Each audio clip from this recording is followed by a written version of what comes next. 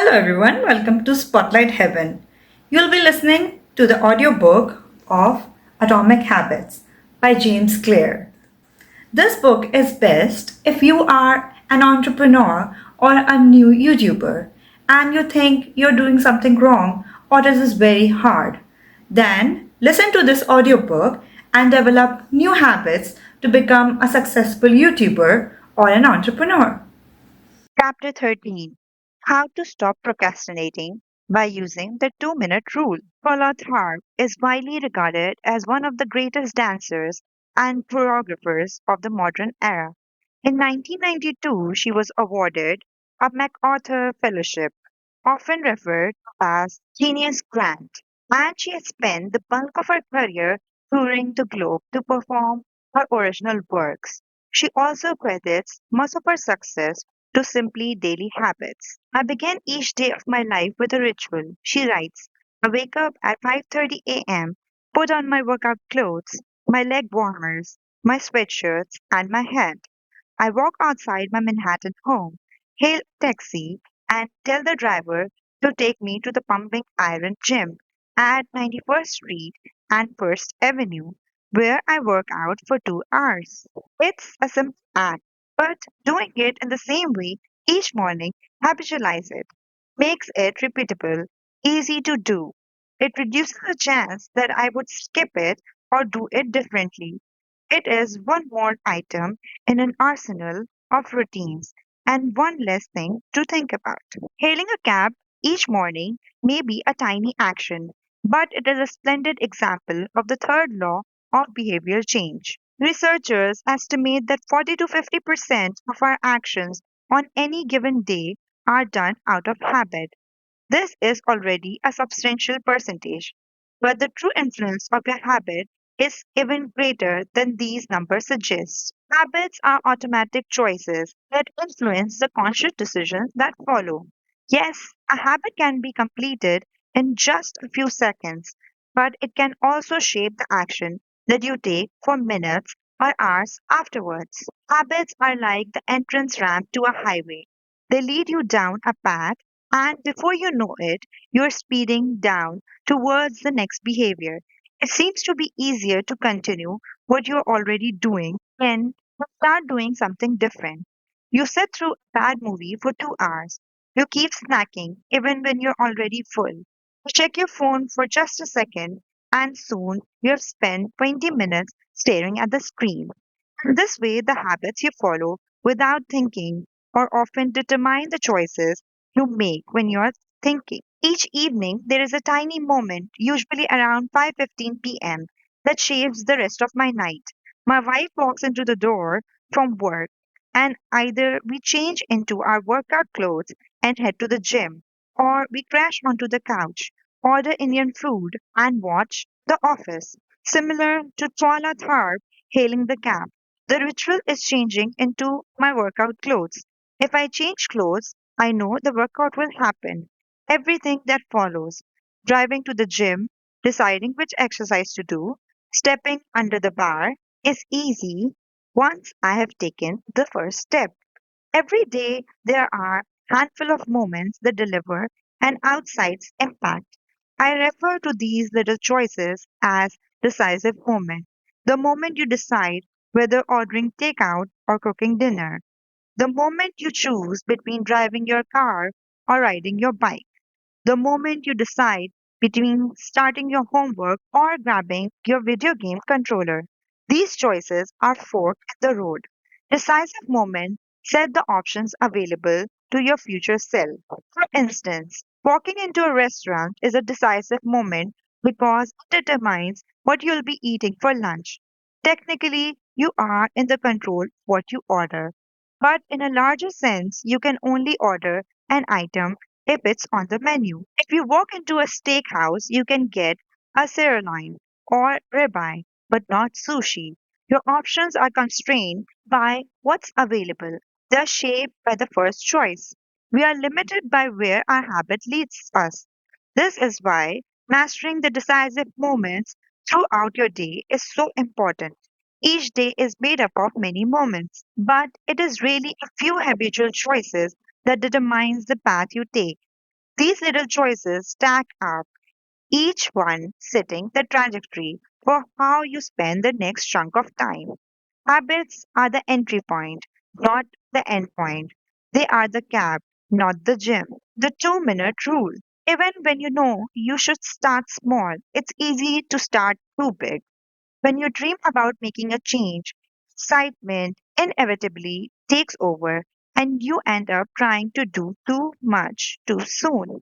The most effective way I know to counteract this tendency is to use the 2 minute rule, which states when you start a new habit, it should take less than 2 minutes to do. You'll find that nearly any habit can be scaled down into 2 minutes version. Read before bed each night becomes read one page. Do 30 minutes of yoga becomes take out my yoga mat. Study for class becomes open my notebook. Fold the laundry becomes fold one pair of socks. Run 3 miles becomes tie my running shoes. The idea is to make your habits as easy as possible to start. Anyone can meditate for 1 minute, read one page, or put on item of clothing away. And as we have just discussed, this is a powerful strategy because once you started doing the right thing, it is much easier to continue doing it. A new habit should not feel like a challenge.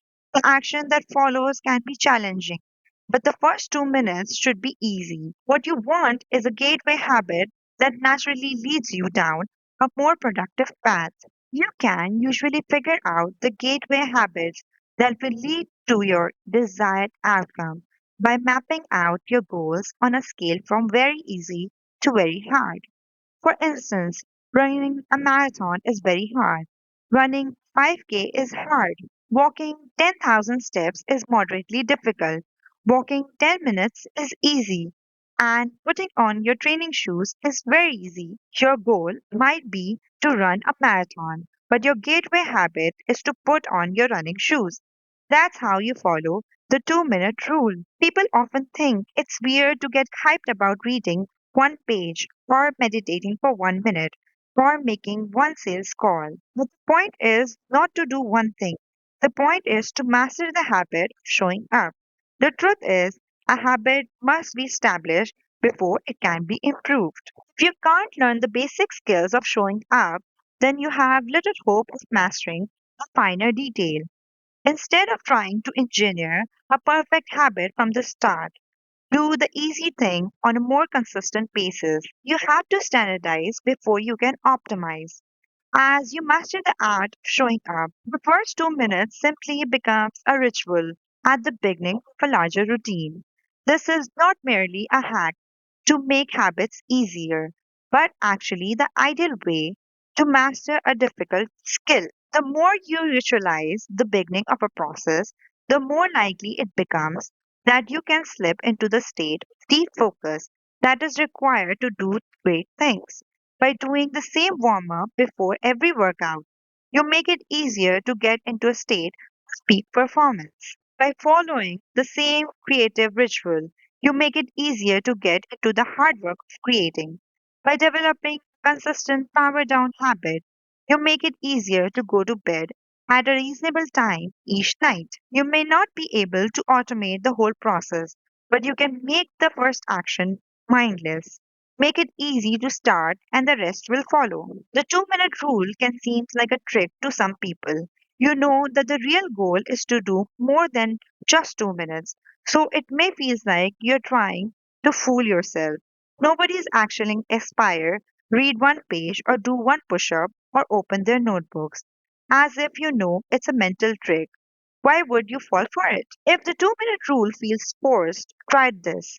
Do it for 2 minutes and then stop. Go for a run, but you must stop after 2 minutes. Start meditating, but you must stop after 2 minutes. Study Arabic, but you must stop after 2 minutes. It's not a strategy for starting, it's the whole thing. Your habit can only last 120 seconds. Once my readers used this strategy to lose over 100 pounds. In the beginning, he went to the gym each day, but he told himself he wasn't allowed to stay for more than 5 minutes. He would go to the gym, exercise for 5 minutes, and leave as soon as his time was up. After a few weeks, he looks around and thought, well, I'm always coming here anyway. I might as well start staying a little longer. Few years later, the weight was gone. Journalist provides another example. Nearly everyone can benefit from getting their thoughts out of their head and onto paper, but most people give up after a few days or avoid it entirely because journaling feels like a chore. The secret is to always stay below the point where it feels like work. Greg McEwen, a leadership consultant from the United Kingdom, built a daily journaling habit by specifically writing less than he felt like. He always stops journaling before it seems like a hassle. Ernest Hemingway believed in a similar advice for any kind of writing. The best way is to always stop when you are going good. He said, strategies like this work for another reason too. They reinforce the identity you want to build. If you show up at the gym 5 days in a row, even if it's just for 2 minutes, you're casting vote for your new identity. You're not worried about getting in shape. You're focusing on becoming the type of person who doesn't miss workout. You're taking the smallest action that confirms the type of person you want to be. You rarely think about change this way because everyone is consumed by the end goal. But one push up is better than no exercise. 1 minute of guitar practice is better than none at all. 1 minute freezing is better than never picking up a book. It's better to do less than you hope than to do nothing at all. At some point, once you have established the habit, you're showing up each day. You have combined the 2 minute rule with a technique we call habit shaping to scale your habit back up towards your ultimate goal. Start up by mastering the first 2 minutes of the smallest version of the behavior, then advance to an intermediate step and repeat the process, focusing on just the first 2 minutes and mastering the stage before moving on to the next level. Eventually, you'll end up with the habit you have originally hoped to build while still keeping your focus where it should be on the first 2 minutes of the behavior. Nearly any larger life goal can be transformed into a 2 minutes behavior. I want to live a healthy and long life is greater than I need to stay in shape, which is greater than I need to exercise, which is greater than I need to change into more workout clothes. I want to have a happy marriage is greater than I need to be a good partner is greater than I should do something each day to make my partner's life easier is greater than I should make meal plan for each week. Whenever you are struggling to stick with a habit, you can employ the 2 minute rule. It's simple way to make your habit easy. Chapter summary. Habits can be completed in a few seconds but continue to impact your behavior for minutes or hours afterward. Many habits occur at decisive moments, choices that are like fork in the road and either send you in the direction of a productive day or an unproductive one. The 2 minute rule states when you start a new habit, it should take less than 2 minutes to do it. The more you ritualize the beginning of a process, the more likely it becomes that you can slip into the state of deep focus that is required to do great things. Standardize before you optimize. You can't improve a habit that doesn't exist. Thank you for watching. Please like, share, and comment. And for the next chapter, please subscribe to Spotlight Heaven.